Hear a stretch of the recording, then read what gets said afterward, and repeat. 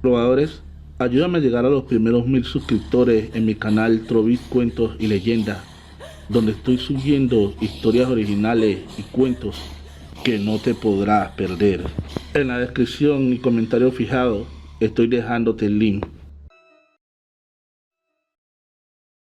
Nuestra vecina la bruja, escrito por Alex Morales Gómez.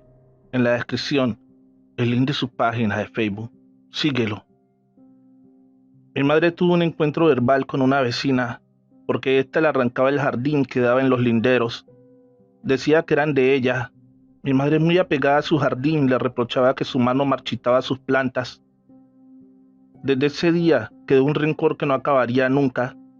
Al principio a mi madre empezaron a morírsele las aves de corral, sin saber cómo ni el por qué. De un momento a otro enfermaban y morían. Aunque mi madre les hacía cuanto estaba en sus manos, no lograba salvarlas. Después fue el jardín. Toda planta que se sembraba pronto perdía color hasta secarse.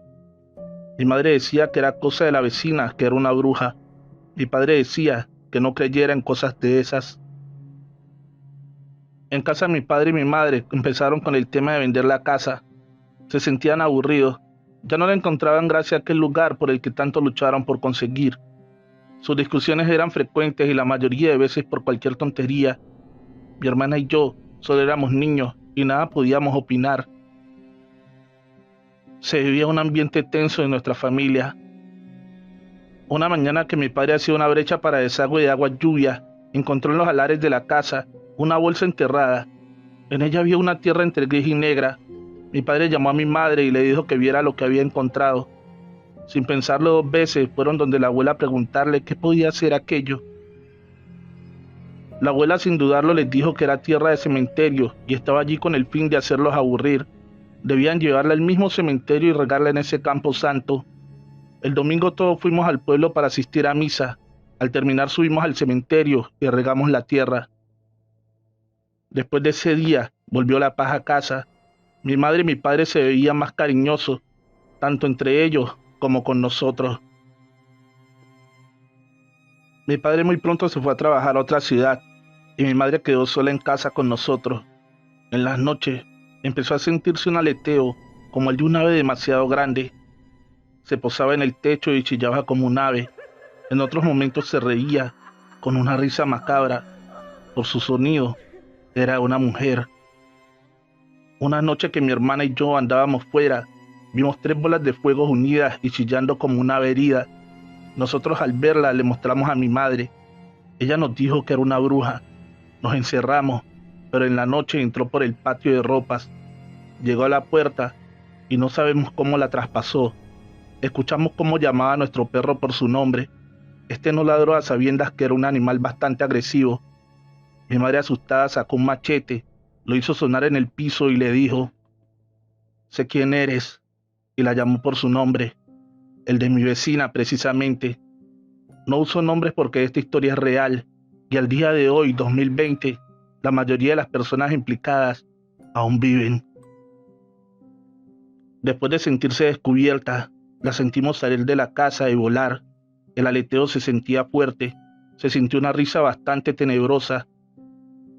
Al día siguiente, mi madre fue donde una vecina para pedirle consejo. Esta le dijo que la manera de acabar con esto era muy sencilla. Debía traer agua bendita. Ella haría unos saumerios con plantas especiales. Así lo hizo mi madre. La señora regó agua por todo alrededor de la casa. Después, con el saumerio, hizo una oración diciendo el nombre de nuestra vecina. Nos dijo que si, como ella sospechaba, la vecina era la bruja que la molestaba, a esta se le moriría el jardín y los animales, hasta que ella misma viniera a confesar su pecado y a disculparse. Mientras no lo hiciera, todo seguiría. Efectivamente, el jardín y las aves de corral de nuestra vecina empezaron a morir. A los 13 días la vecina llegó a la puerta de mi casa, preguntó por mi madre y le confesó que ella era quien le estaba haciendo daño y que por favor la perdonara. Mi madre le dijo que la perdonaba. La vecina no dijo nada más y se fue a su casa. Mi madre y ella nunca fueron amigas, solo se toleraban, pero vivieron en paz. Vivencias de mi pueblo. escrito por Alex Morales Gómez. En la descripción, el link de su página de Facebook. Síguelo. Se decía que Antonio José estaba rezado. Un anillo de calavera que llevaba en su dedo anular era la prueba de aquello. Se creía que en ese anillo estaba su poder, y esta era la muestra de su rezo. En mi región se creía que un hombre podía rezar su cuerpo para que nada le hiciera daño, ni golpes, ni arma blanca, ni de fuego. No solo de estos tan simples, también de los venenos, la brujería, el mal de ojo y cualquier cosa que nos pueda ocurrir. Este era Antonio José, un hombre de la noche, de juegos y cantinas. No había pelea o reyerta que él no estuviera. La policía varias veces fue a detenerlo, pero ni 4 policías podían con la fuerza de aquel. Este apenas se reía de la cobardía de los policías. Estaba acusado de asesinato, agresión a mujeres y violación, pero nadie podía contra el poder de aquel. Se decía que para llegar a cerrar tu cuerpo se hace un pacto con el diablo. Para esto se debe contactar a una bruja poderosa, así ella sella el pacto. Ese era Antonio José. Se había convertido en un problema social, como diría el alcalde en una reunión. La policía muchas veces le disparó a distancia, pero las balas rebotaban, como si su cuerpo fuera acero macizo. Tenían un gran problema. Las madres temían por sus hijas, los hombres por ellos mismos. No eran capaces de vencerlo. Consultaron al sacerdote, pero este no tenía una solución. Preguntaron y amenazaron a la bruja que había hecho el pacto, pero tampoco hubo respuesta de ella. Se negó a revelar el secreto para vencerlo. Decía que decirlo era terminar con su legado y su poder. Hay quienes aseguraban que si se le encontraba de noche, siempre iba acompañada de un hombre de negro, mucho más alto que Antonio José, y eso, que este era bastante alto. Una noche, las versiones son diferentes, pero casi todas llevan a lo mismo. Aurora acababa de cumplir 13 años, pero por su porte ya parecía una chica mayor. Debió salir a eso de las 7 de la noche por unas pastillas para su madre. Estas vivían solas, la madre estaba postrada en la cama. La niña fue a la farmacia, pero ya estaba cerrado. Así que subió hasta el alto donde vivía la bruja. Le pidió que le vendiera algo para los dolores de su madre. Nunca sabremos qué fue aquello que le dio, pero sí que curó a la madre. Cuando la niña pasaba por un callejón oscuro, pudo ver a Antonio José. Le sonreía con maldad. Tras de él estaba aquel hombre de negro. No solo sonreía, solo miraba con dureza. La niña quiso devolverse, pero Antonio José la agarró por la fuerza. Quiso besarla, quiso desnudarla. Aurora, a pesar del terror que estaba sintiendo y sin entender por qué se le ocurrió aquella pregunta, le dijo al atacante quién era ese que lo acompañaba. No te preocupes, es un amigo, respondió Antonio José. Las respuestas que ella dio tampoco pertenecían a sus pensamientos. También yo tengo un amigo, dijo Aurora. Un hombre también vestido de negro estaba tras la niña. Por su vestimenta se podría decir que parecía un sacerdote. Sonreía con cordialidad. El hombre de negro que estaba detrás de Antonio José dio un alarido desgarrador, tan fuerte que se escuchó por todos lados. Después todos dirían que lo escucharon. Después de este alarido desapareció en la noche, dejando un olor a azufre tan intenso que Aurora debió taparse la nariz. Aunque en la cara de Antonio José se veía la preocupación, no se amilanó y enfrentó al recién aparecido. Le dijo que si quería a la chica para él, se la tendría que quitar a golpes. El hombre de negro sonrió con cordialidad. En ese instante el anillo de Antonio José cayó de su dedo. Este, al verse sin él, se arrodilló y empezó a buscarlo. Gritaba y lloraba. ¿Dónde está? ¿Dónde está? El hombre de negro le dijo a Aurora, ve a casa. Este ya no es un problema. Nunca lo encontrará y lo seguirá buscando por la eternidad. Aurora corrió a casa. El hombre de negro desapareció. Ahí quedó Antonio José buscando el anillo en la oscuridad. Desde ese día nadie volvió a ver a Antonio José. Solo que camina en la noche, aunque no lo ve, lo puede escuchar diciendo y llorando. ¿Dónde está? ¿Dónde está? Nadie sabe qué pasó en aquella noche, o si la bruja tuvo que ver con aquel desenlace, y a ella no se le pudo preguntar, porque al día siguiente la encontraron muerta en su cama. Se le veía en su cara paz y tranquilidad. El duende, escrito por Alex Morales Gómez. En la descripción, el link de su página de Facebook. Síguelo. Pertenecía a la policía hace de esto ya algunos años. En la noche, cuando uno sale a patrullar las calles, se puede encontrar cualquier cantidad de sucesos extraños. Muchos de ellos se pueden catalogar como paranormales, pero en el cuerpo policial esto no es muy dado a que llegue a la papelería. Siempre hay que tratar de escribir un informe racional, que la explicación sea lógica. Bueno, pero en realidad les vengo a contar una historia en específico, la cual yo viví. Del barrio Las Cruces nos llamaban a todo momento en las horas de la noche. Unas risas y un correr por el tejado no dejaba dormir a la comunidad. Muchas ocasiones fuimos, pero no dábamos con el culpable de importunar la paz del vecindario. Esto era de casi todas las noches.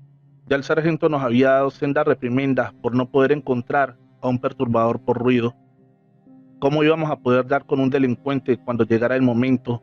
Mi compañero y yo estábamos sin saber qué hacer, así que pedimos permiso para uno de nosotros ir por el barrio vestido de paisano y tratar de dar con el ruidoso. Fui yo el encargado de hacerlo. Llegué a eso de las 8 de la noche. En una tienda pedí una cerveza, pero me salí a tomármela al lado de un gran árbol. El ruido del establecimiento no me dejaría escuchar si algo pasaba afuera. Iba por media cerveza cuando en la copa del árbol donde estaba escuché un gran animal que se descargó en él. Me quedé pendiente de qué podía hacer. No me percaté de llevar una lámpara, así que no podía ver en la oscuridad de las ramas de los árboles. Aquello dio un grito y una carcajada tan espeluznante que caí de rodillas como atontado. El cuerpo me temblaba y un cosquillejo me subió desde los pies hasta la cabeza. Estaba en un estado lamentable. No me podía mover. Aquello revoloteó en la copa del árbol y escuchó cuando levantó vuelo, dando otro grito y otra carcajada. Dios mío, aquello era el demonio. Me quedé ahí tirado como un despojo humano, mientras a lo lejos escuchaba aquello reír y gritar por los árboles y techos de las casas. Al día siguiente estaba en mi escritorio, la queja de los ruidos y las risas. Le conté a mi compañero la experiencia. Él no podía dar crédito a lo que escuchaba. Es una bruja, aseguró. Ahora yo, el que no podía creer que dos polis estuviéramos detrás de una bruja. Casi un mes nos llevó a dar con el recorrido de aquel engendro, o lo que fuera. Mi compañero y yo nos turnábamos cada noche para saber sus correrías, de dónde salía y a dónde se iba. Así fue que dimos con la casa donde salía aquello. Y digo así, porque fui yo quien lo vio salir por primera vez. Apareció en el techo de la casa como un humo negro, después se transformó en algo así como un ave, pero su figura no era definida. Era grande y con alas. Dio su peculiar chillido y la carcajada aquella. En ese momento tu cuerpo perdía todo movimiento y se llenaba por completo de terror. Igual le había pasado a mi compañero en sus noches de vigilancia, pero ahora yo estaba viendo aquello. El terror que sentí no se puede explicar en letras. Aquello lanzó vuelo y se escuchaba en los techos y árboles. Así también descubrimos a la casa que visitaba cada noche. En el día fuimos a ambas casas. Queríamos entrevistar a las personas de allí. Fuimos con uniforme y con un poco de mentiras por una encuesta policial. Fuimos a cada casa. En la primera solo vivía un hombre. Era un anciano jovial y conversador. Casi no podía caminar. Se ayudaba de un bastón. Vivía solo. Este no podía ser el brujo, o lo que fuera. ¿Cómo podía un anciano así volar por los aires? Nos fuimos decepcionados de nuestra extraña investigación. En la otra casa a la que éste visitaba, vivía una mujer de unos 30 años, muy demacrada y acabada. Su esposo de unos 50 se veía posesivo y agresivo. Fue él quien abrió la puerta de malas maneras, pero el ver que era la policía debió recibirnos. Las preguntas fueron las comunes: nombre, quiénes vivían ahí y esas cosas. Solo vivían ellos dos y no tenían hijos. Mi compañero y yo no sacamos nada en limpio, más aún que no queríamos hablar del tema de la bruja, a menos que tuviéramos una luz de lo que estaba pasando. Nos fuimos con muchas preguntas y ni una respuesta. Sin saber qué hacer, acudimos a la iglesia. Estábamos dando palos de ciego. El sacerdote nos atendió muy atento. Al escuchar nuestra historia, nos dijo que aunque eso hace parte de las labores de Dios, no era Él quien nos podía asesorar, pero nos podía decir quién sí nos podía ayudar. Nos dio una dirección a unas 3 cuadras de la iglesia. nos dio un papel con su firma para que nos atendieran. Con nuestros uniformes no nos darían ni el saludo. Si no fuera con ese papel, nadie nos diría una palabra. En verdad, la mujer que había allí nos tiró la puerta en la cara. Solo cuando deslizamos el papel por debajo de la puerta nos abrió. Era una mujer relativamente joven. Vivía en una humilde casa, muy organizada, pero en todo el lugar habían frascos y hierbas. Nos miraban con recelo. Cuando terminamos de contar esta historia, fue el único momento que sonrió. Ese es el duende, dijo. Es un brujo muy poderoso. Desde siempre le han dicho el duende. Dicen que habla directamente con el diablo y es él quien le otorga todo su poder. La mujer lo más seguro es alguien que él quiere hacerle daño hasta matarla. Cuando vuela chilla y se carcajea para que nadie dude del poder del demonio representado en el duende. No podíamos dar crédito a las palabras de la mujer. ¿Cómo un anciano en esas condiciones podía tener tanto poder? Le preguntamos. ¿Cómo podíamos detenerlo? Nos dijo que primero debíamos saber por qué visitaba a aquella mujer, y eso lo debía saber ella. Después de tener esta información, debíamos ir a pleno día, ya que a esta hora está muy lejana la oscuridad, y esta es la que le da más fuerza. Con unas ramas de rúa previamente bañadas en agua bendita, se le da unos azotes, diciéndole por qué se le castiga, y cómo no quieren que lo vuelva a hacer. Así él nunca podrá volver a visitar a esa mujer en especial. Eso no le quita que pueda seguir haciendo sus fechorías a otros. Nos quedamos ahí parados como idiotas. ¿Cómo dos policías van a golpear a un hombre, así sea con ramas secas? Esto nos podría llevar a perder la placa y hasta ir a la cárcel. Ella nos miró y, como si leyera nuestros pensamientos, nos tranquilizó. Dijo que el anciano no nos denunciaría. Para él, con sus poderes, no podía decir cuál era el secreto para vencerlo. Con esta información estábamos encaminados a este extraño caso, pero aún faltaba la información de la mujer. Antes de ir allí, investigamos en las fichas de la policía a la pareja. Ella no tenía ningún antecedente, pero el hombre sí los tenía. Varias denuncias por maltrato a mujeres y animales. Nunca fue encarcelado por esto, pero todas con anterioridad a su pareja actual. Al parecer, había cambiado o ella aguantaba callada. Para mi compañero y yo, esta última era la más creíble. Llegamos allí y mientras mi compañero hablaba con él, mintiendo por supuesto, lo intimidaba con aquellas viejas denuncias. Le decía que una mujer de aquellas también lo acusaba de violación y este delito en nuestro país no caduca nunca. Fue una apuesta arriesgada, pero dio resultado. Mientras mi compañero lo interrogaba con datos sacados de los expedientes, yo hablaba con su esposa. Estábamos cometiendo una cantidad de abusos de autoridad, digámoslo así. Pero debimos llegar al fondo de esto. Ella me confesó que hacía cosa de unos 10 años se había casado con aquel hombre. En el noviazgo, él era todo un príncipe, pero 3 días después de casarse, le dio una golpiza por una pequeñez. El sueño de ambos era tener hijos, pero ella después de aquella golpiza, se prometió que nunca tendría un hijo con aquel hombre. Al comienzo empezó a planificar a escondidas, hasta que hace cosa de 1 año la descubrió. La golpeó tan fuerte que ella pensó que iba a morir, pero ni así lo denunció. Sin saber qué hacer, recurrió donde el duende. Cuando la madre de su esposo murió, él debió viajar a su pueblo y así ella aprovechó para visitar al duende. Este le dio un bebedizo con el cual nunca quedaría embarazada. Pero por esas cosas del destino, el duende, a pesar de ser un anciano decrépito y sin ánimos de nada, se enamoró ciegamente de ella. Le prometió riquezas y poder si se separaba de su esposo y se iba a vivir con él. Pero ella le hizo notar lo anciano que era, sus pocas fuerzas, cómo él, un hombre tan mayor, iba a estar con una mujer tan joven y además ella era casada.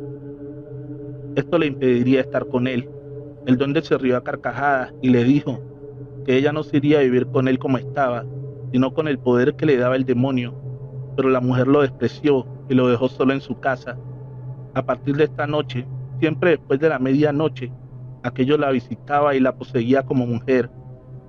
A pesar de que su esposo estaba a un lado, ella no podía gritar ni podía decir nada. Su respiración y su voz se perdían por completo.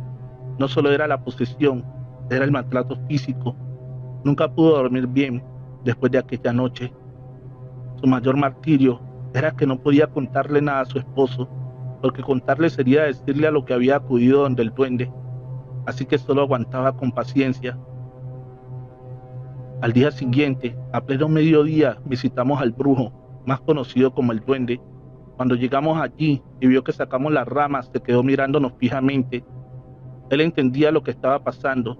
Empezamos a castigarlo y a decirle que no debía visitar nunca más a esa mujer, no debía hacerle daño. Lo más horroroso de todo aquello es que lo golpeábamos con una simple rama. Los golpes no eran duros, pero cada golpe era una laceración y un derramamiento de sangre, como si lo estuviésemos golpeando con alambres de púa.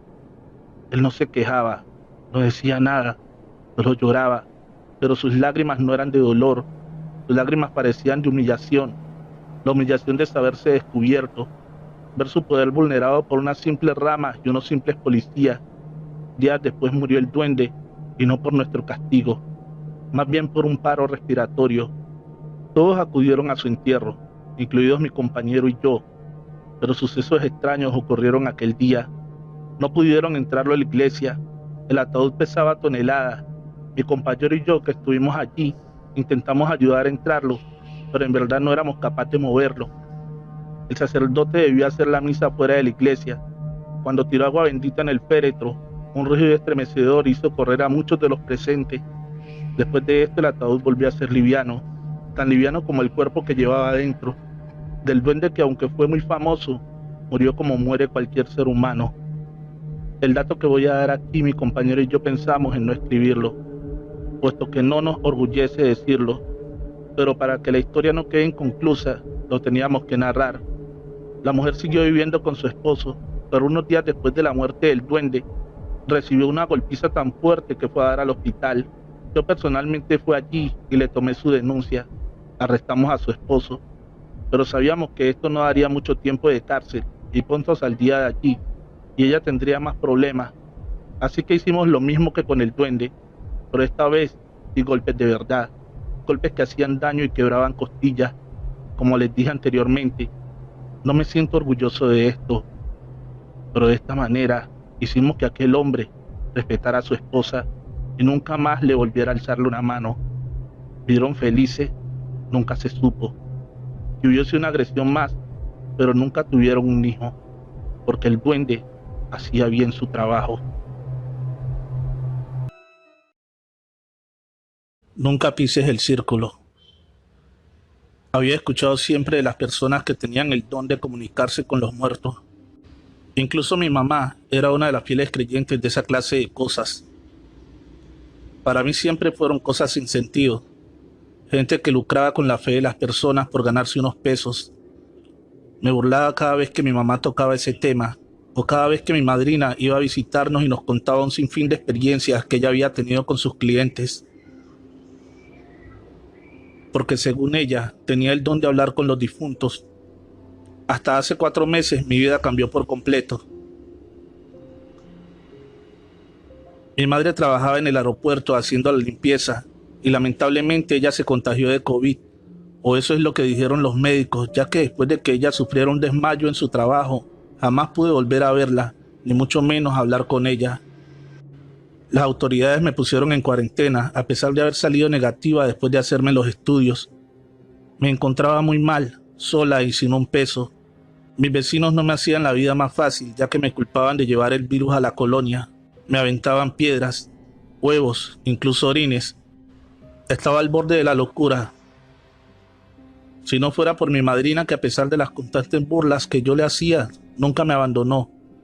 Ella me llevaba comida todos los días y algunas cosas para mi higiene personal. A los 3 días del trágico suceso, ella llegó con las cenizas de mi madre y fue ahí cuando le pregunté que si era cierto que ella podía hablar con los muertos.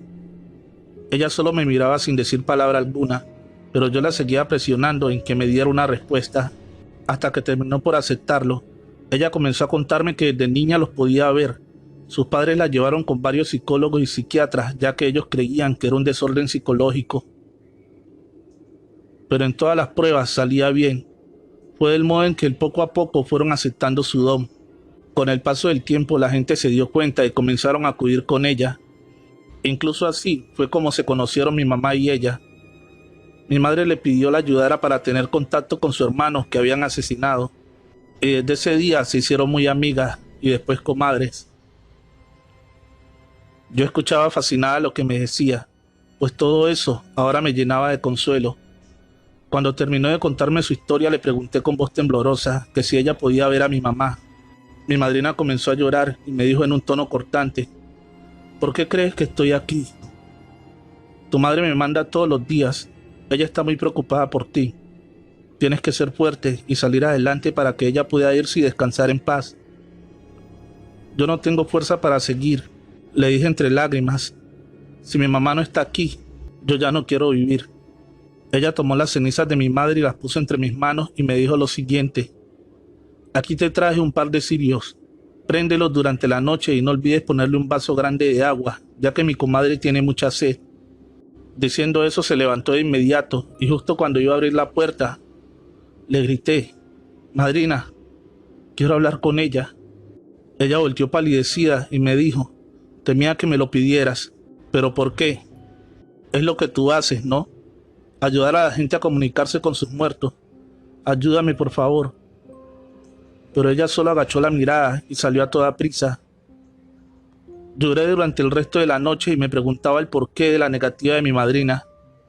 Cuando por fin me estaba quedando dormida, juro que pude sentir la presencia de mi madre. Sentía cómo acariciaba mi cabello. Eso me reconfortó y pude dormir profundamente. También dormí, que no escuché cuando entró mi madrina a dejarme el desayuno. Lo mismo pasó con la comida y con la cena. Cualquier descuido que tenía, ella aprovechaba para dejarme mi comida sin que yo pudiera verla.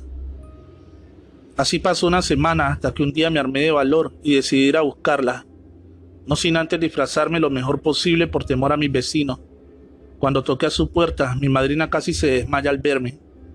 ¿Pero qué haces aquí, muchacha del demonio?, me dijo bastante asustada. ¿Que no ves que si te ven te pueden llevar presa o te pueden hacer daño a la gente? Entra rápido antes de que te vean. Pues usted que lleva varios días esquivando a mi madrina y yo quiero pedirle nuevamente hablar con mi mamá. Por favor, necesito despedirme de ella para estar tranquila. Mire que ayer la pude sentir acariciarme el cabello. Por favor. Mira, mijita, ven, pásate al cuartito. El cuartito era un pequeño jacalito que estaba hecho de láminas y madera que se encontraba en el patio, y allí era donde ella trabajaba. El que tú te comuniques con un muerto no es cosa de juego, y mucho menos es nada sencillo. No me importa, madrina, estoy dispuesta a hacer lo que sea por volver a hablar con mi mamá. Te voy a contar algo que pasó hace tiempo. Tu mamá vino en el mismo estado en que estás tú ahorita. No pensó bien las cosas, ella solo quería ver a su hermano y aceptó cosas horribles para lograrlo. ¿Qué cosas?, pregunté intrigada. Ella ofreció su cuerpo y su alma a un demonio con tal de ver a su hermano el último viernes de cada mes. Es por eso que tu madre se ausentaba por la noche y regresaba hasta la mañana. Solo que esos seres son muy traicioneros. Ellos deciden la hora y la forma de tu muerte. No me interesa, madrina. Yo estoy dispuesta a hacerlo. Ella comenzó por hacer un círculo con un polvo blanco en el suelo. Enseguida puso unos símbolos muy extraños a los lados. Me dijo que me metiera adentro y mandó a traer una gallina y frente a mí le cortó el cuello y comenzó a bañarme con su sangre. Estuve a punto de vomitar, pero hacía mi mejor esfuerzo. Después de varias oraciones en un idioma que no conocía, comenzó a escupirme una especie de vino o algo parecido, ya que tenía el olor muy fuerte. Me pidió que saliera del círculo y me puso una marca en la frente, con una como ceniza negra. Enseguida ella entró al círculo y dijo que por nada del mundo intentara pisar ese círculo. Yo dije que sí, que no se preocupara, que haría todo lo que me dijera. En ese momento ella se sentó y sacó de entre sus ropas un morral de terciopelo negro y tiró las piedras que tenía adentro. Algo que me llamó mucho la atención fue que las piedras estaban grabadas con unos símbolos muy extraños. La lanzó 2 veces más y me dijo que si estaba lista, puedes comenzar a hacer preguntas. Comencé a preguntarle cosas que solo mi madre y yo sabíamos, para asegurarme de que no fuera un truco, y conforme me contestaba todas correctamente, la cara de mi madrina se transformaba poco a poco en la de mi madre. Le empecé a reclamar el por qué me había dejado sola y ella me respondió que ya era su tiempo y que no debía sentirme sola porque su hermano y mi abuelita me cuidaban. ¿Y tu mamá? ¿Tú no me cuidas? Ella entristeció y dijo que debía pagar con oscuridad el error que había cometido y que ahora me fuera y me encomendara a Dios y le pidiera que la perdonara, que ella no sabía lo que hacía. Traté de abrazarla, pero ella me empujó con tanta fuerza que me golpeé la cabeza y me desmayé. Cuando desperté, estaba acostada en el cuarto de mi madrina. Traté de contarle, pero me dijo que lo sabía todo, que mi madre lo había hecho para protegerme, ya que de haber pisado hubiera pactado con esos seres. Por eso ponen tantas tentaciones para que puedas caer. No sé si creas o no en mi historia, pero después de eso me he encomendado mucho a Dios y pido por el eterno descanso de mi madre y su pronto perdón. Yo también era como muchos de ustedes, pero crean o no, solo les pido una oración por mi madre.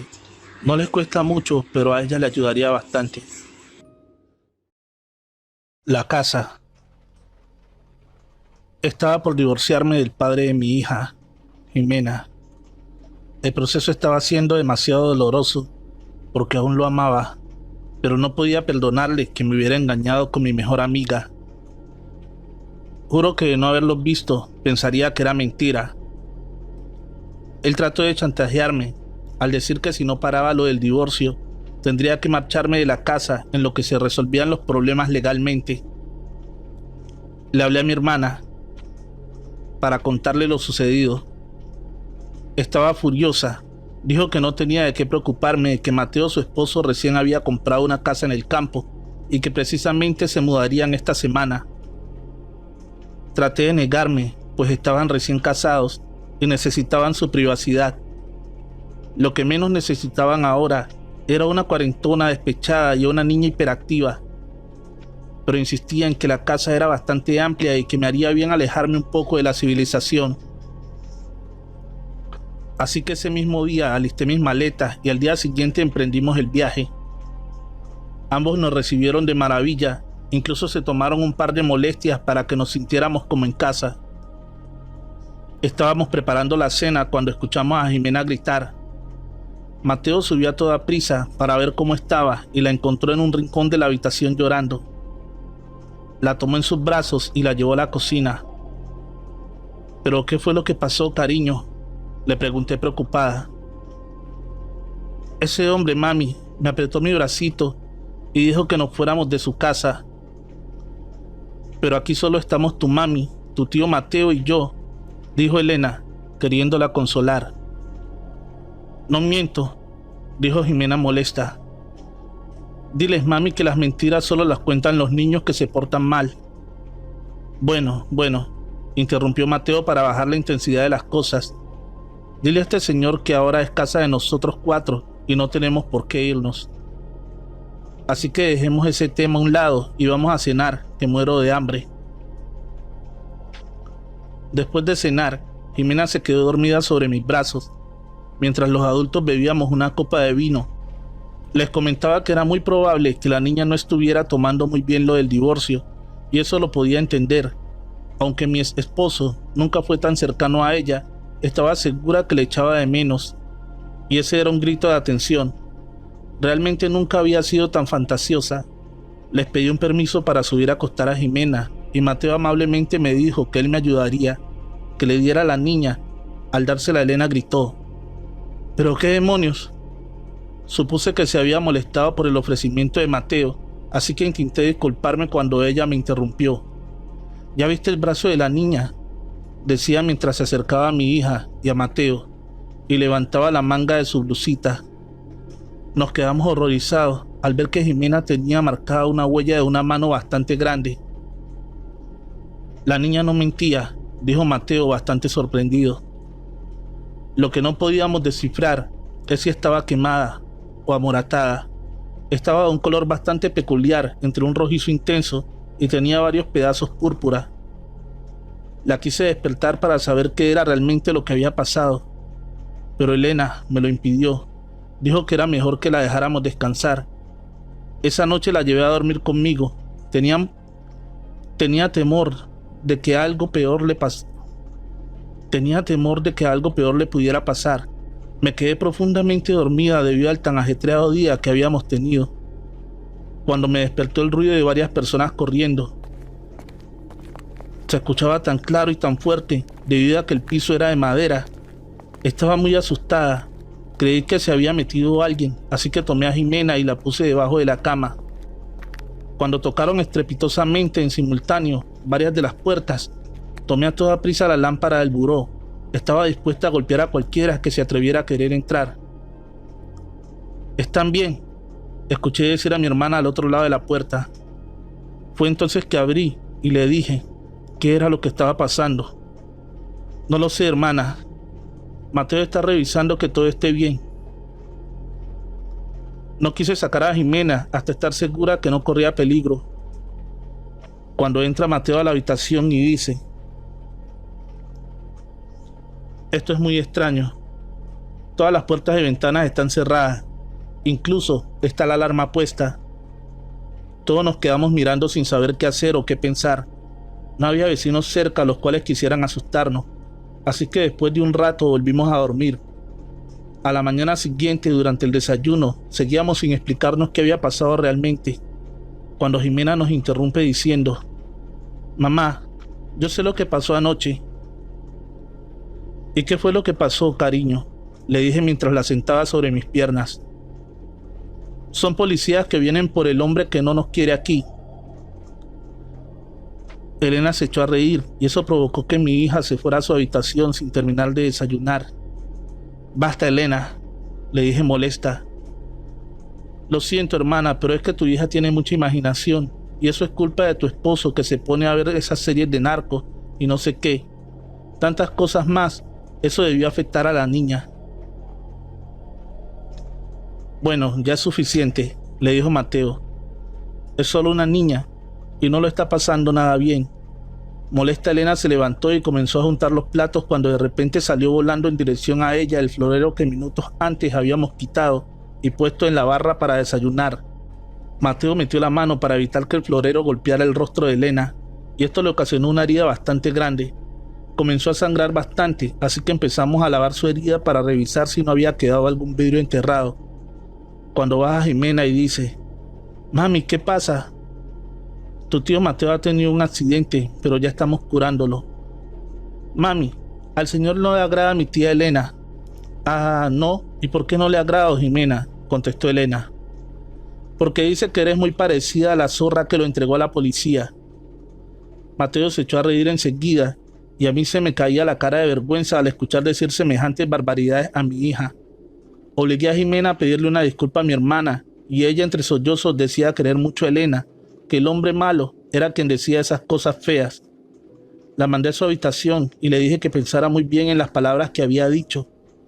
Y al intentar salir de la cocina, le cerraron la puerta en la cara, impidiéndole salir. Jimena corrió hacia conmigo y me abrazó fuertemente. Cuando comenzaron a abrirse y cerrarse los cajones con tanta fuerza que uno de ellos se quebró y cayó al suelo, también comenzaron a caerse vasos y platos. Lo que más me impresionó, ver cómo el mantel de la mesa parecía bailar en el viento. Mi hermana comenzó a gritar que se detuvieran, pero ese parecía no escucharla. Cuando Elena comenzó a hacer una oración, algo la jaló con gran fuerza, haciéndola que perdiera el equilibrio. Intentaron arrastrarla, pero Mateo y yo la agarramos con gran fuerza. Queríamos salir de ahí, pero algo o alguien nos impedía acercarnos a la puerta, así que en un intento desesperado, tomé una de las sillas de la cocina y comencé a romper la ventana. Gracias a Dios no tenían protección, si no, hubiera sido imposible salir de ahí. Cuando por fin logré quebrarla, las llaves del gas se abrieron solas y al intentar cerrarlas, nos dimos cuenta que parecían estar pegadas. Así que le pedí a Mateo que me ayudara a brincar a Elena, ya que ella se estaba quejando demasiado de un pie y le era casi imposible sostenerse por ella misma. Después de sacarle enseguida, le pasé a Jimena y le dije a Mateo: «Ahora es tu turno», pero él se negó. Dijo que lo correcto era que las mujeres nos pusiéramos a salvo primero. Cuando estábamos las tres afuera, esperábamos que Mateo saliera y al querernos asomar, una ola de calor nos golpeó tan fuerte que nos hizo que nos cayéramos. La casa se estaba incendiando y Mateo seguía adentro. Tenía que entrar por él. Se lo debía. Le dije a Elena que si algo me pasaba, se hiciera cargo de mi hija. Me armé de valor y vi a Mateo tirado. Lo arrastré como pude y de afuera comenzaron a jalarlo. Cuando estaba por brincarme yo, intentaron jalarme nuevamente hacia adentro, pero por fortuna no lo lograron. Le hablamos a la ambulancia y llegó casi de inmediato. Cuando revisaron a Elena, tenía la pierna quemada y se podía ver claramente la forma de una mano. Ella insistió en que me revisaran la espalda, ya que sentía bastante ardor. Y es que entre lo sucedido, nadie nos habíamos dado cuenta que traía la camisa desgarrada de la parte de atrás y tenía 3 aruñones bastante profundos. Mateo afortunadamente solo tenía quemaduras leves, así que pronto fue dado de alta del hospital.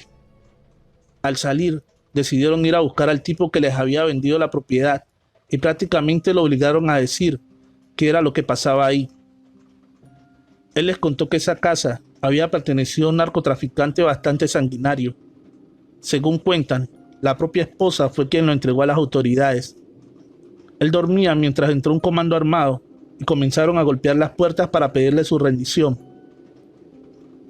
Al sentirse acorralado, agarró a su esposa y la asesinó por haberlo traicionado.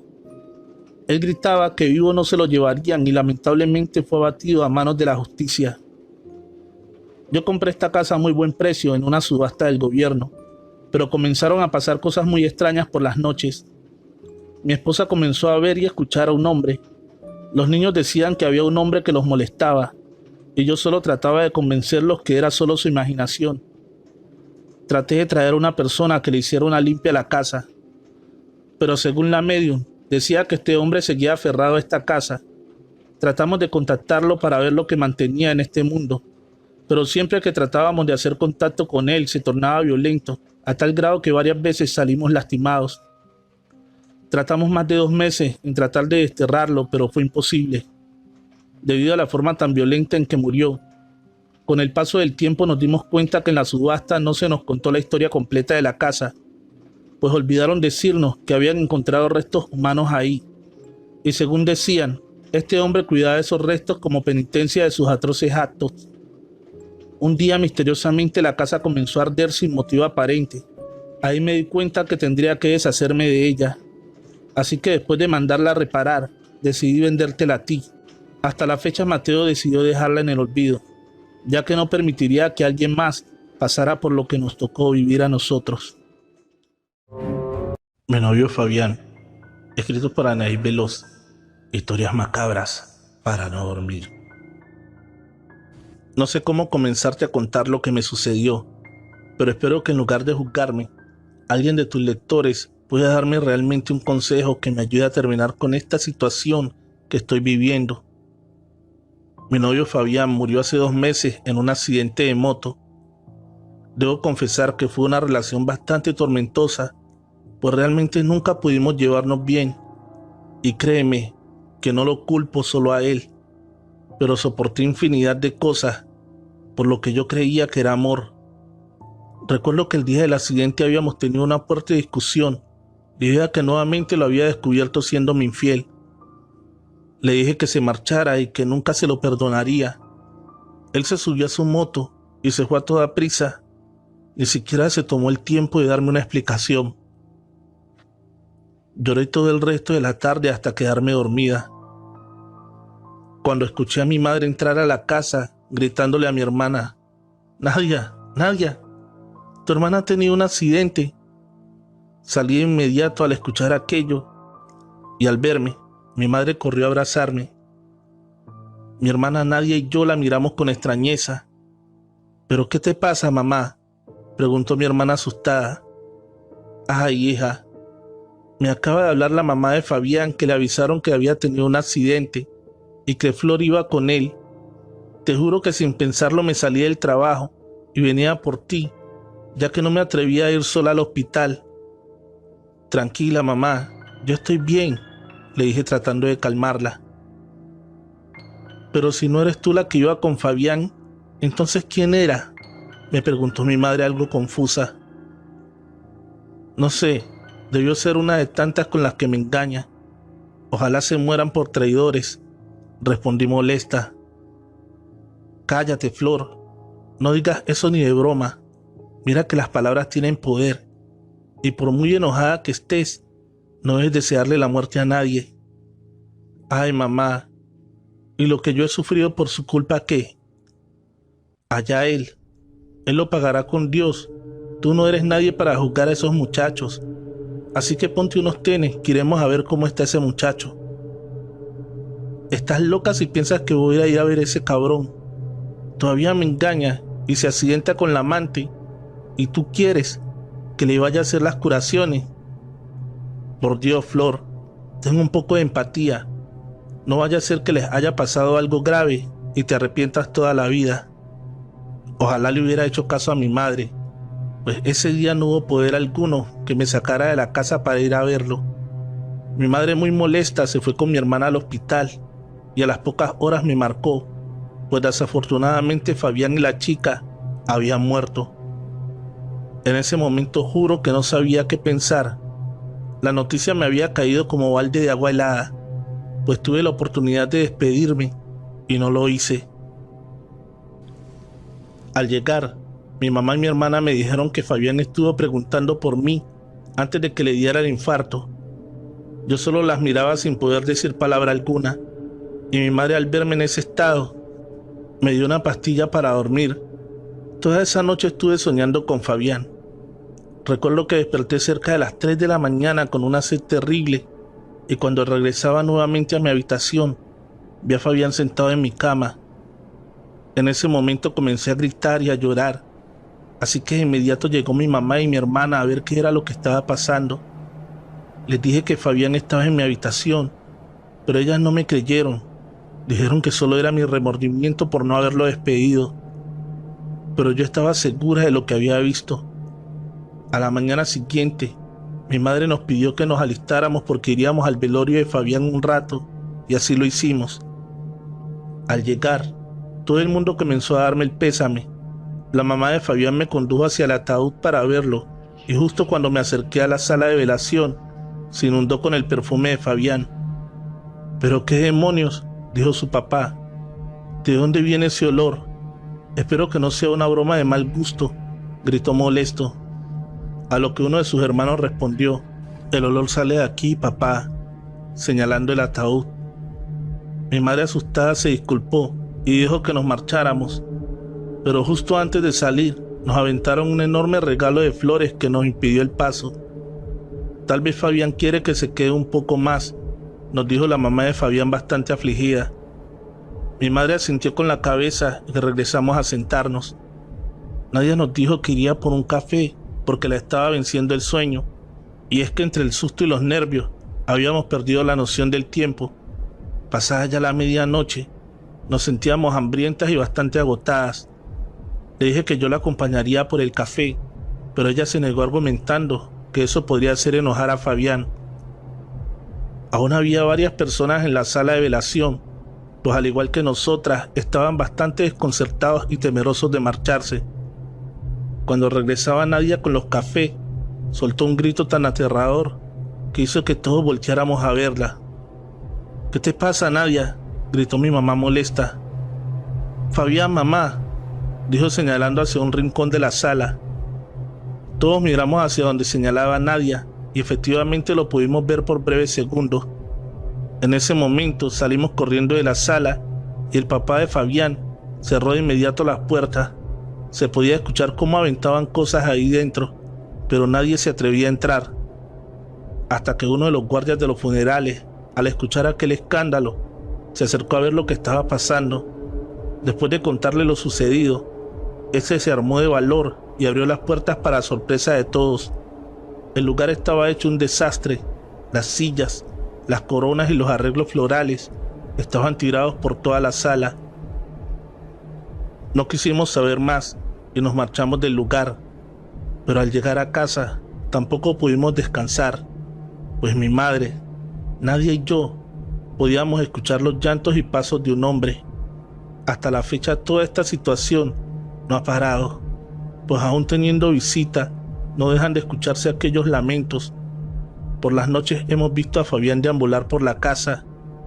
Les pido algún consejo de cómo parar esto. pues ha decaído mucho nuestra salud debido a todos estos acontecimientos. Nunca prendas las velas. Escrito por Anaís Bailós. Historias macabras para no dormir. Mi hermana y su hijo me llamaron cerca de las 9 de la noche, argumentando que alguien se había metido a su casa. Y es que ambos vieron un hombre pasar por el patio. Estaban demasiado nerviosos y me susurraban al teléfono que fuera de inmediato. Así que le pedí a Javier, mi esposo, que me acompañara. Afortunadamente vivimos a 2 calles de su casa, así que no tardamos en llegar. Pero al entrar a la casa no encontramos a nadie. Mi hermana estaba hecha un manojo de nervios, al igual que mi sobrino. Así que decidí prepararles un té para calmarlos un poco, cuando de repente grita mi marido: «Ya te vi, cabrón». Salió corriendo a toda prisa hacia el patio. Nosotros salimos tras de él también, solo para darnos cuenta nuevamente que no había nadie. «Esto no puede ser posible», replicaba mi esposo. «Si lo vi bien clarito». «Ay, Javier, te dije que andaba un cabrón aquí, pero ustedes no me querían creer», respondió mi hermana. «Ya cálmense los dos, de seguro ya se fue el fulano ese. Ha de haber estado bien escondido», le dije para tranquilizarlos. «No, Sonia», me respondió mi esposo molesto. «No hay forma de que ese muchacho se haya ido. Ve, está todo muy bien asegurado». «Ay, Javier, no se puede desaparecer de la nada. A lo mejor te lo imaginaste al igual que mi hermana». «Ya te dije que no. No nos imaginamos nada, Sonia». «¿Cómo es que lo vimos claramente?» «Pues no sé. Aparte que no dices que es imposible entrar si todo está muy bien asegurado». «Por eso mismo es que no lo entiendo. Decidimos quedarnos esa noche para no dejar sola a mi hermana, pero estaba decidida a mostrarles que todo había sido producto de su imaginación. Hasta que en la mañana siguiente estábamos desayunando, cuando escuchamos un pequeño golpe y al voltear, lo primero que vimos fue un joven que se asomaba por la puerta del patio. Nuevamente salimos en busca de aquel joven, pero nada. El chico seguía sin aparecer. «¿Ahora sí me crees?», me dijo mi hermana. Yo solo asentí con la cabeza, pues ahora aquel muchacho nos estaba viendo fijamente por la ventana de la sala. «Sonia, Sonia, ¿estás bien?», me decía mi esposo al verme que empezaba a palidecer. Le señalé hacia la ventana, pero esta vez nadie salió tras de él. Nos quedamos helados por unos minutos. Todos estábamos demasiado nerviosos, pues no nos explicábamos cómo era posible que el joven cambiara de lugar con tal rapidez. «Vayan por doña Manuela, pero no le comenten nada», dijo mi esposo. Nos fuimos a toda prisa por ella, pues según decían los vecinos que doña Manuela podía ver y hablar con los muertos, y aunque no se dedicaba precisamente a eso, ella había ayudado a mucha gente de los alrededores. «Doña Manuela», le gritaba a mi hermana mientras golpeaba insistentemente su puerta.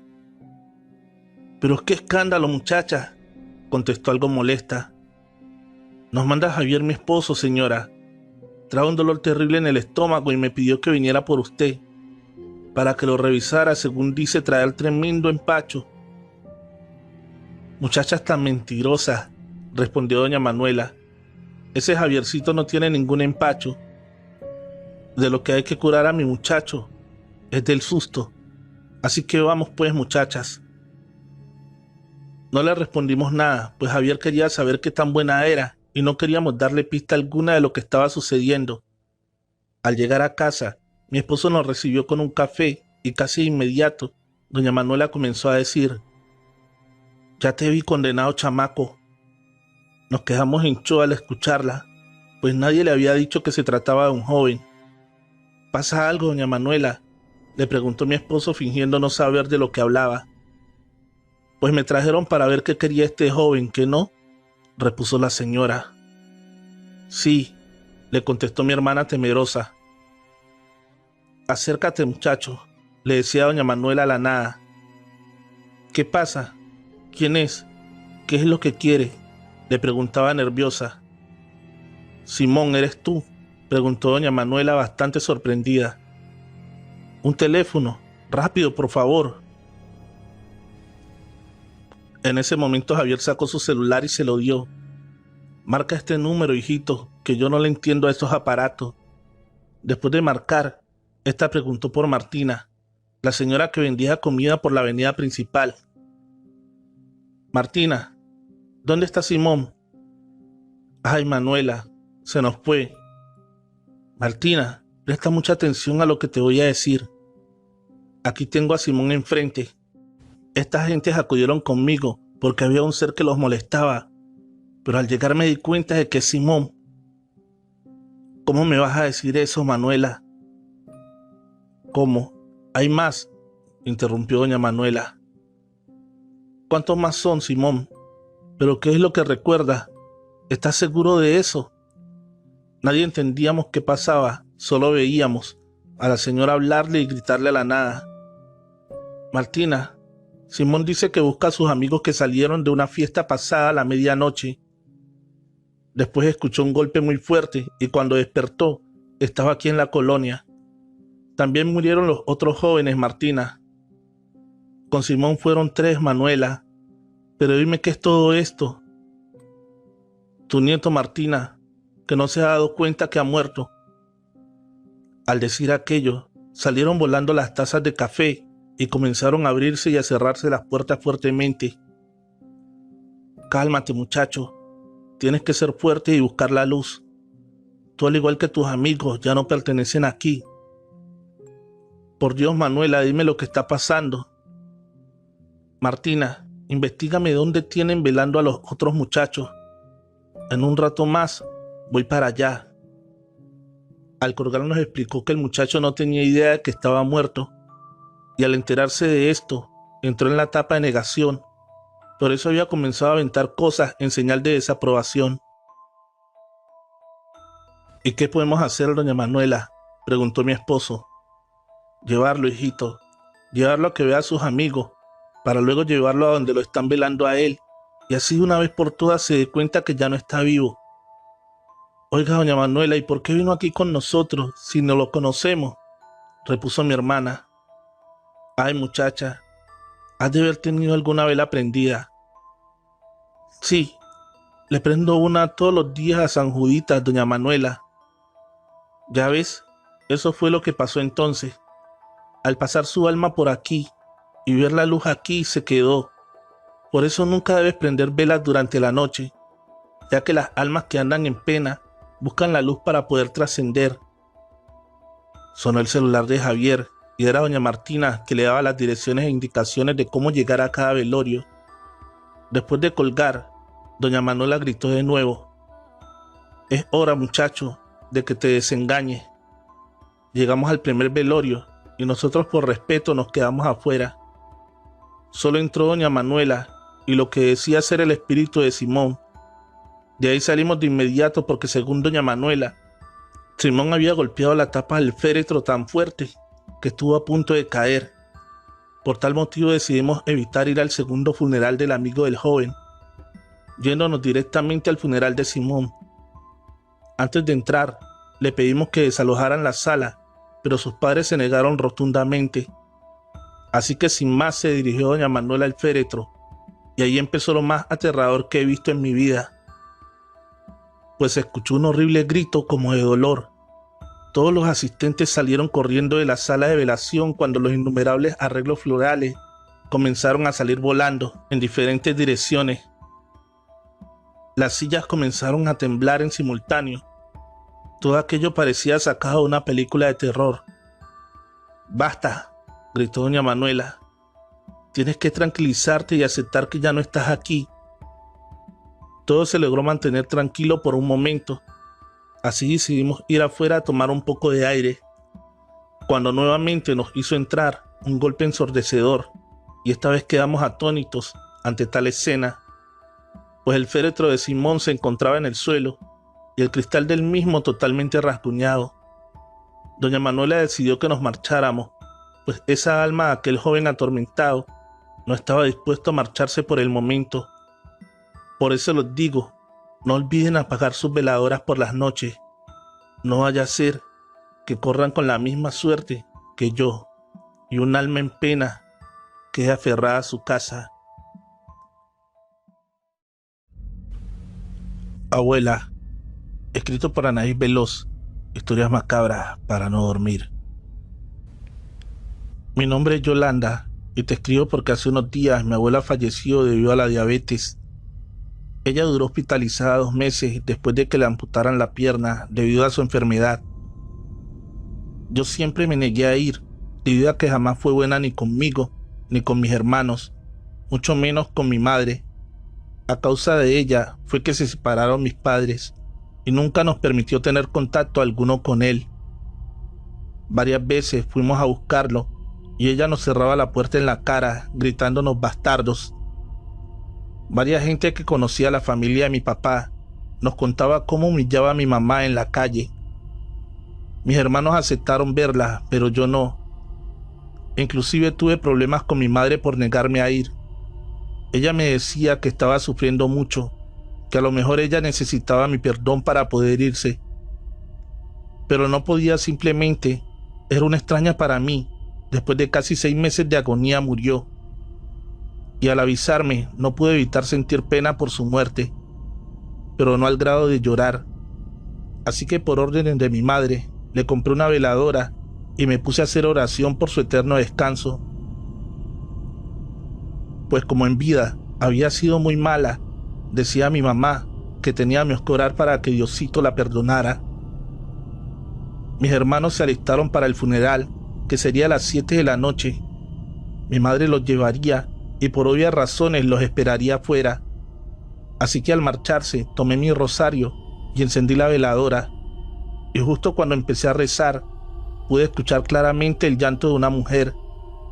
No presté mucha atención porque creí que el llanto venía de la calle, así que seguí. Pero el llanto no paraba. Algo nerviosa me fui a mi recámara a ver la televisión para distraerme. Y al llegar mi madre, le conté lo sucedido. Ella me dijo que a lo mejor tenía remordimiento por no haberla ido a ver, y ese sentimiento de culpa me hacía escuchar cosas que no eran. Me preguntó que si quería que me acompañara a rezar, y yo de inmediato le dije que sí. Fue ella también por su rosario, y la vela estaba consumida por completo. Así que mi mamá dijo que fuéramos a la tienda por 2 velas más, porque ella estaba necesitando mucha luz, y antes de irnos le puso un vaso grande de agua. Dijo que probablemente también tendría sed. Al volver de la tienda, nos sorprendimos al ver que el vaso de agua estaba totalmente solo. Miré a mi mamá asustada y ella con toda la tranquilidad del mundo fue a llenarlo nuevamente. Nos hincamos frente al pequeño altar que le tenemos a la Virgencita de Guadalupe. Encendimos las veladoras y mi madre me pidió que cerrara los ojos y bajara la mirada. Así lo hice. Y casi de inmediato que comenzamos a rezar, comenzamos a escuchar los llantos nuevamente de la mujer. Me quise levantar, pero mi madre me tomó del brazo, obligándome a permanecer ahí orando. El llanto cada vez era más fuerte, a tal grado de que salió mi hermano de su recámara para ver qué era lo que estaba pasando. Cuando gritó repentinamente: «Mamá, ¿qué hace mi abuelita ahí con ustedes?». En ese momento tronó el vaso de la veladora, provocando que la cera caliente le cayera en la mayoría a mi madre, y yo grité enfurecida y muerta del miedo: «Así agradeces que pidamos por tu eterno descanso, lastimando a mi madre. Ni muerta nos vas a dejar en paz». Comenzaron a tronar los focos de la cocina y de la sala en simultáneo. Así que bastante asustados, nos dijo que tomáramos una chamarra y nos subiéramos al coche. Y así lo hicimos. Nadie dijo nada durante el camino. Mi mamá aparentaba que estaba tranquila, pero todos sabíamos perfectamente que no era así, porque podíamos ver cómo le temblaban las manos mientras conducía. Después de algunos minutos llegamos a la casa de mi tía Melissa y mamá comenzó a contarle todo lo sucedido. Ella abrazaba a mi mamá y decía que todo estaría bien.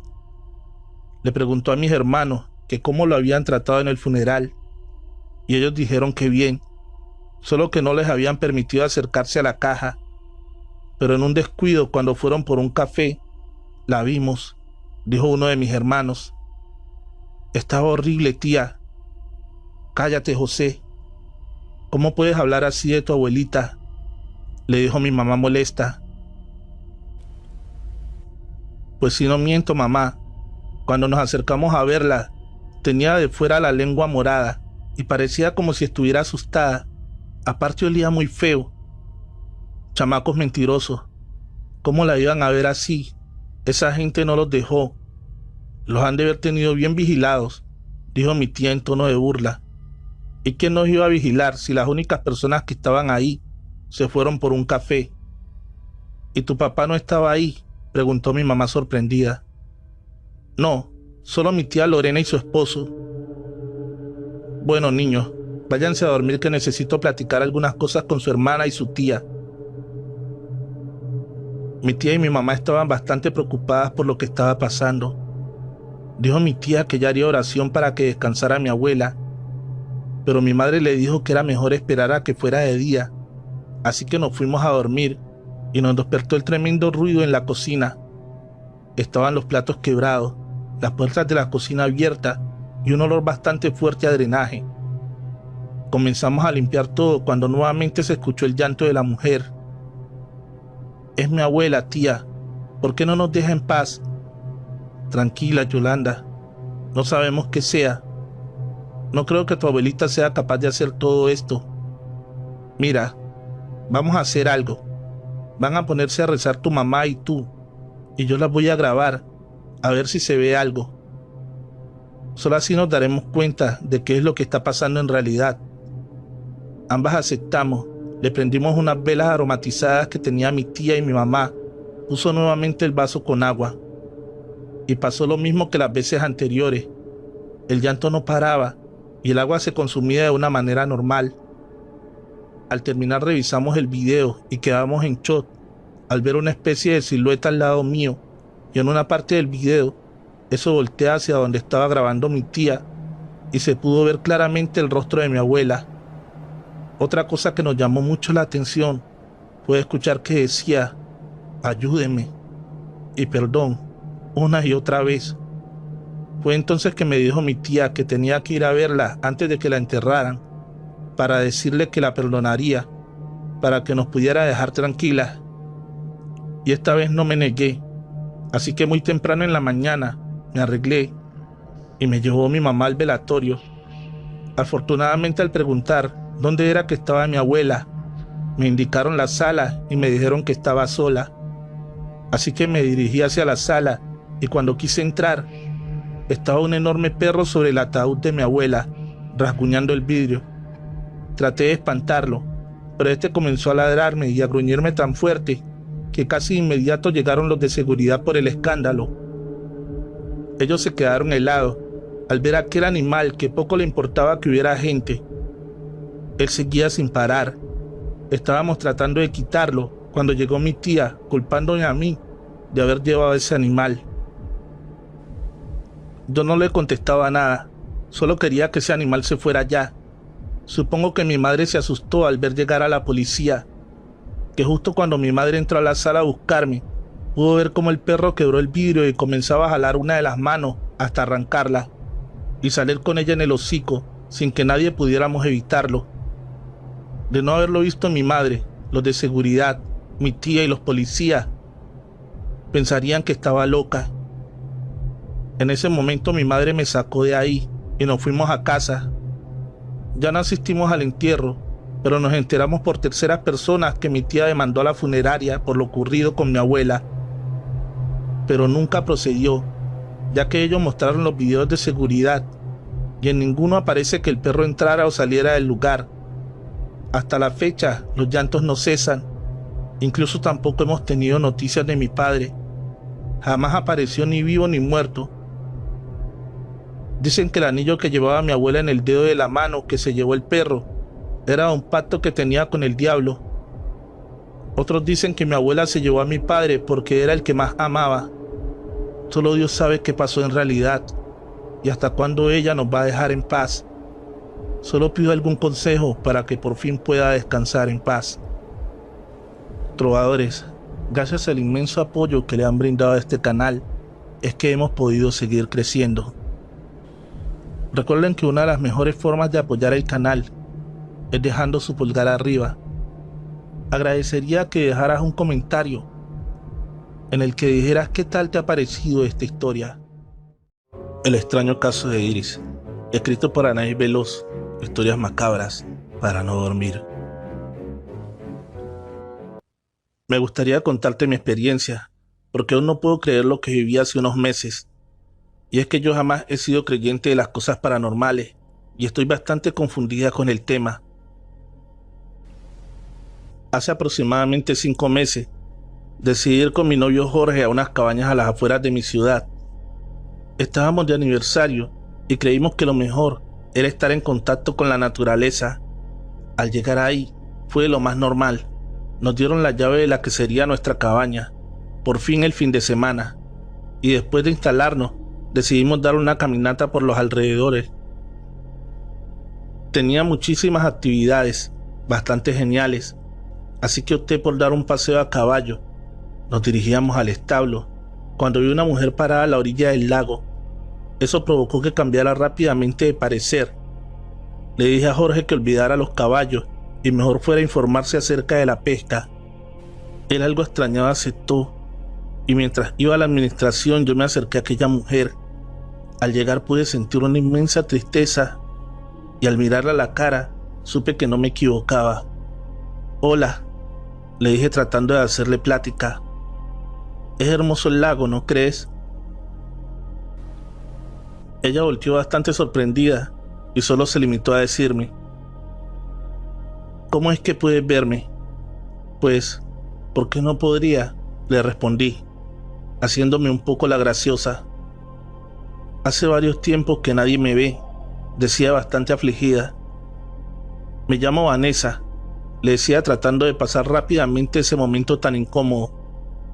Estaba por decirme su nombre cuando llegó Jorge a decirme que ya no tenían la actividad de la pesca, que debimos de haber leído una publicidad antigua, que fuéramos a ver qué otra actividad me interesaba, ya que le habían regalado un cupón del 50%. Le dije que sí, solo que invitaría a mi nueva amiga, y él respondió de forma burlesca: «Claro, sería genial que la trajeras, ya que los fantasmas no pagan». «Pero qué grosero eres, Jorge», le dije bastante molesta, y cuando volteé hacia donde estaba la chica, me di cuenta de que había desaparecido. Traté de explicarle a Jorge lo que había pasado, pero él realmente no me tomaba en serio, porque, como te digo, nunca hemos sido creyentes de esas clases de cosas.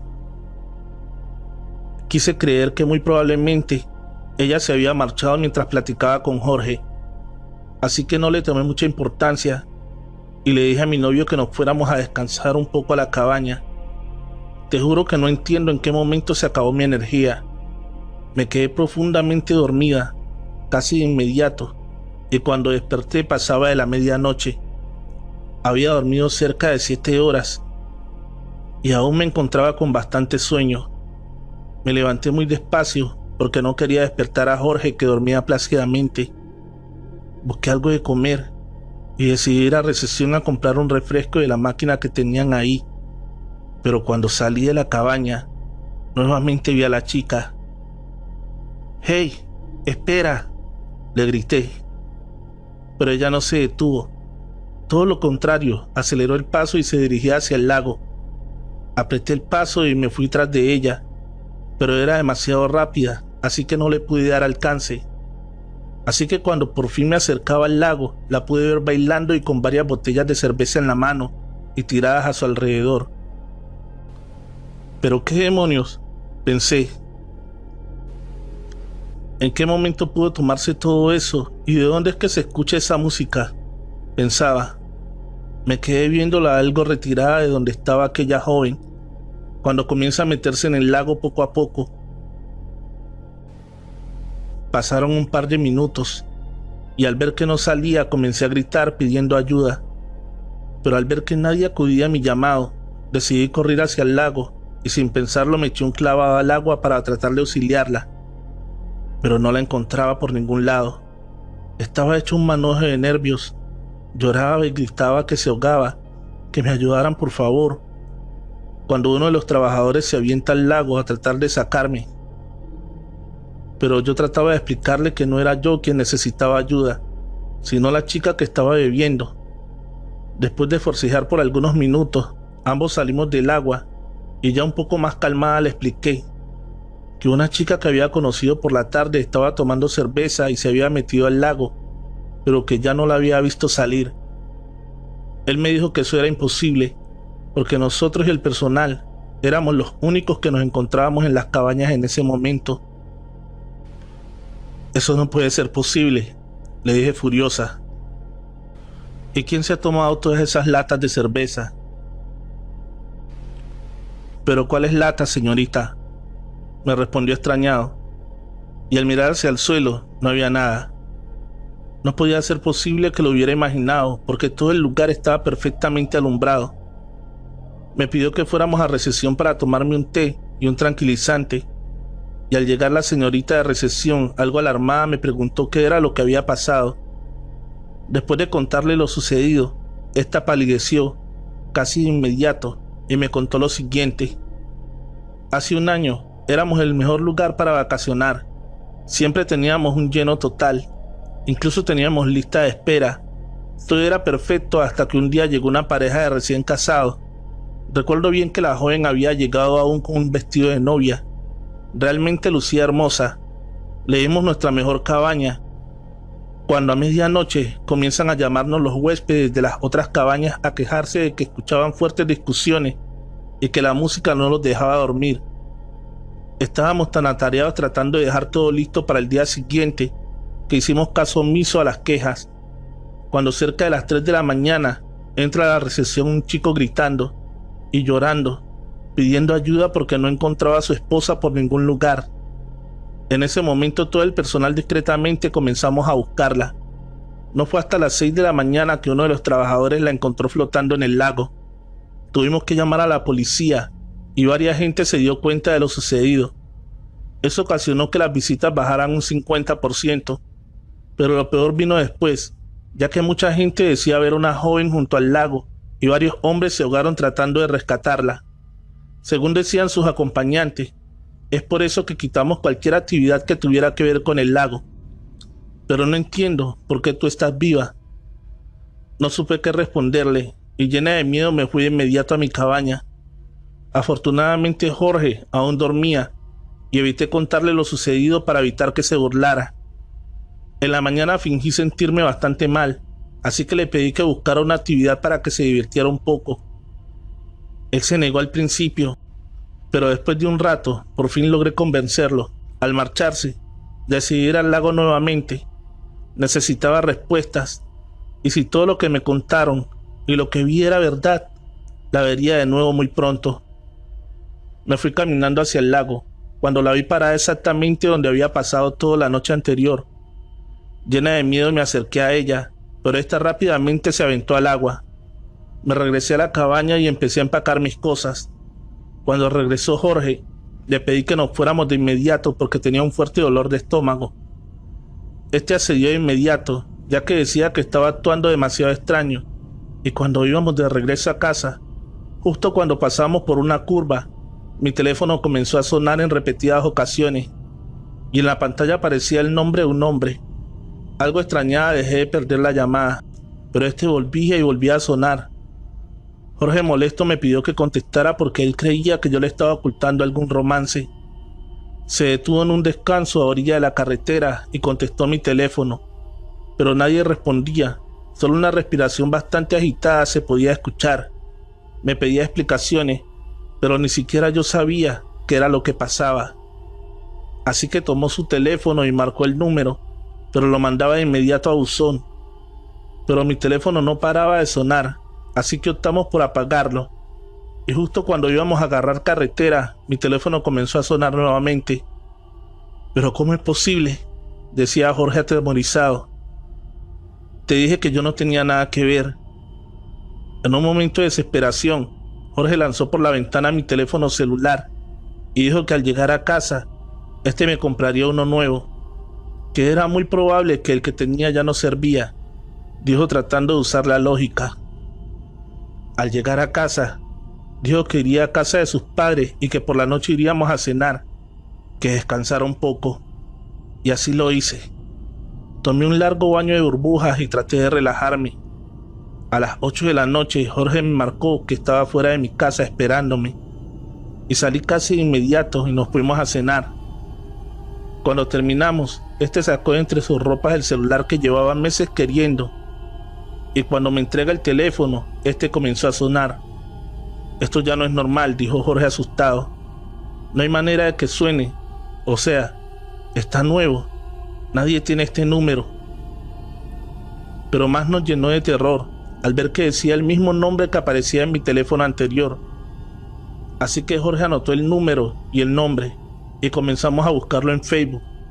Y vaya sorpresa que nos llevamos, porque el nombre y el número coincidían con un perfil de Facebook. Se trataba de un hombre de 52 años de edad y según tenía cerca de 15 días de haber desaparecido. Según decía en su perfil, que había desaparecido luego de haber salido a pasear en su bicicleta. Ahora lo entiendo todo, repuso Jorge. Por eso es que estabas así en las cabañas, me preguntó curioso. Fue entonces que me animé a contarle qué era lo que realmente había sucedido. Él no dudó en ningún momento de mí, pues ahora tenía pruebas de lo que estaba pasando. Estábamos por volver a casa cuando por algunos segundos pude ver a un hombre andando en bicicleta y ver cómo un automóvil se acercaba a gran velocidad. ¡Cuidado!, grité desesperada. Jorge trataba de calmarme, ya que me encontraba bastante alterada. Lo vi, Jorge, lo vi, repetía una y otra vez. ¿A quién viste, amor?, preguntaba ansioso.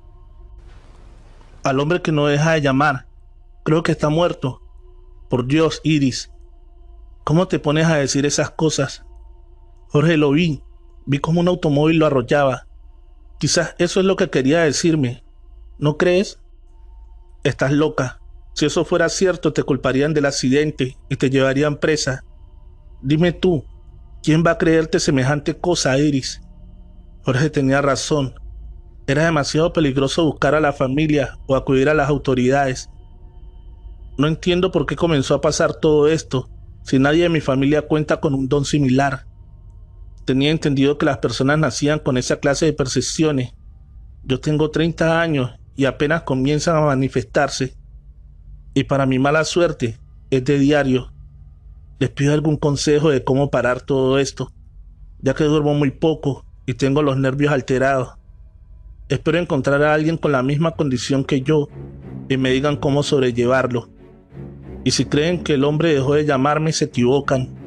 Él no dejó de insistir hasta que fue encontrado. Pero eso te lo contaré después. Claro, si me lo permite.